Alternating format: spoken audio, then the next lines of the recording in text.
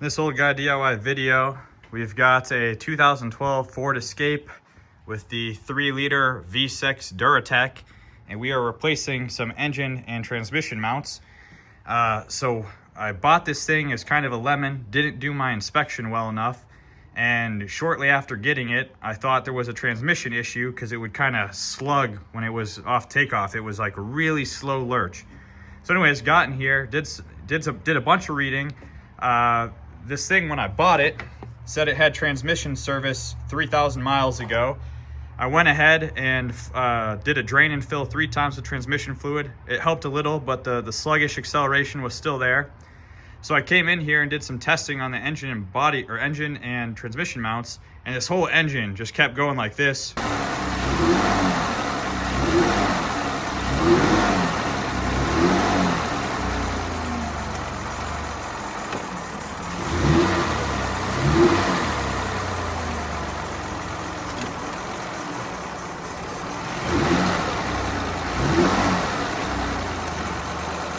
So anyways, there's 4 of these mounts in here, and I'll show them all at the end. There's one here on the driver's side by the battery. There's one here on the passenger side. This one is actually hydraulic. It has fluid in it. This one, the boot was torn and it had no fluid. And then somewhere down here, there's another one at the front. And then back there is the transmission mount. So that's this one that I have here. And I saw one of the craziest miracles when I was working on this. It's the 3 bolts up top, and then there's this bolt that goes in through the side. And as I was sitting here, there's not a whole lot of room. So you're working up top, you've got a bunch of extensions on your tool. I got these 3, and I couldn't find the bolt on the side. And what I found is it actually was not in there. So this whole assembly right here was just hanging loosely. So I am very encouraged that I think I found the culprit here, because essentially this was not even held in there properly. That bolt was loose. So I think once I put the new one in and button it up, this thing should be perfect. I just could not believe that this bolt was not tied in there at all. It was just hanging loose by friction of the weight of the engine or the transmission or whatever. Yeah, a miracle, I would say, that nothing was destroyed worse. After watching a bunch of YouTube videos and trial and error, what I came to learn is that this vehicle has a couple of configurations, and depending on what you have, it will greatly affect how difficult it is for you to get that last transaxle mount or whatever it is back there. So if you have a 4-cylinder, you'll see the dudes just come in right over the top and everything is impactable, and it's like a 15-minute job or less for that back one. If you have the V6 and you have front wheel drive, you can get the 3 bolts up top, and the one in the side, you have easy access under there. Unfortunately for me, I have the V6 all-wheel drive, so the transfer case and everything is in the way, and it took me about 3 hours to get the side bolt in there, and the only thing that was able to do it was this gear wrench with the swivel head. So in order to get up in there, and I'll crawl under there, and maybe if I can do it without burning myself since I just test drove the car, I'll show you exactly how tight it is. But the only way I could possibly get onto that without dropping the subframe and a whole bunch of crap I didn't want to do was by using this swivel head.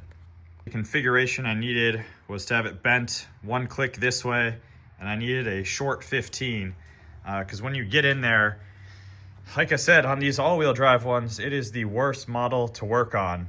And the fact that that bolt was just completely out on this vehicle is less surprising to me now, because if anyone had worked on it previously, maybe they tried to replace the mount and they couldn't get the bolt in, or who knows. But yeah, all of these others, these 3 other mounts, took about 3 hours combined, and then that back one took 3 hours on its own. So it's very time-consuming job. It wasn't necessarily very difficult. You just have to have the right tools for the job. You can watch other people's videos, and it involves a lot of extensions and wobbles and just getting the right angle. Here are the 4 that I pulled out.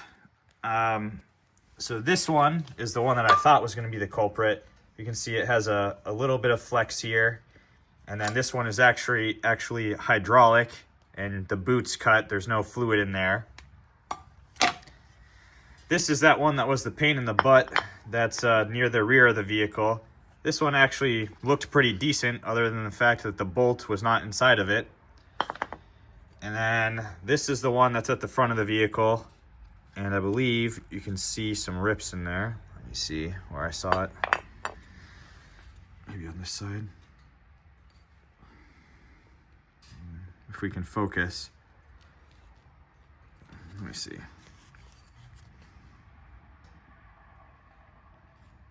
Anyways. Oh, and also this one here that's on the passenger side up in the front has this rubber boot, and mine was broken off halfway. And then this one is the one that's by the battery on the driver's side, and this one also didn't look so bad. But happy to report that although I swapped out all 4 of them, I probably only need to do that back one. The fact that it didn't have the bolt in it was probably the biggest problem. And after fixing that, the engine and transmission stay solid now. I have no more sluggish acceleration. There's no weird noises. It doesn't feel like anything is shifting wrong. It's like a brand new car. So again, 6 hours for a dude doing it for the first time, and $100 in parts. And this car went from being like a lemon that I thought I was gonna have to scrap to just driving beautifully.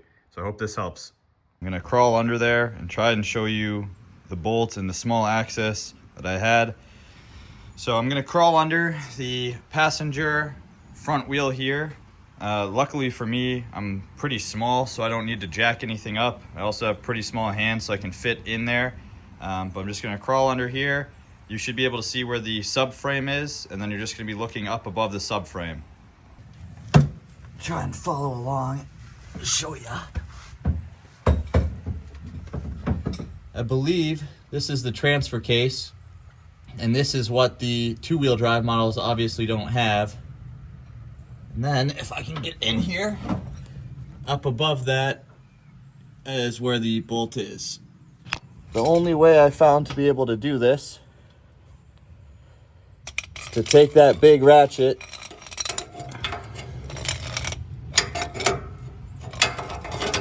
and you have to finagle it up and around. And I can't really see what I'm doing because I'm filming. Let's see. But there you go. That's how she looks in there.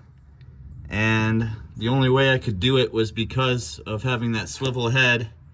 And it's basically a million little pumps to get it out. So the swivel head, and this is an XP 120, which means it has like the 120 teeth, or it's actually 60 teeth, but they do something special to make it like act as if it was 120. So with the transfer case being here, the exhaust being there, and that O2 sensor, this is what I had to do for clearance, but it is possible. It might be smarter just to take that O2 sensor out, but I didn't want to mess with it. So I struggled with this for an hour or so until I figured it out. Thanks for watching.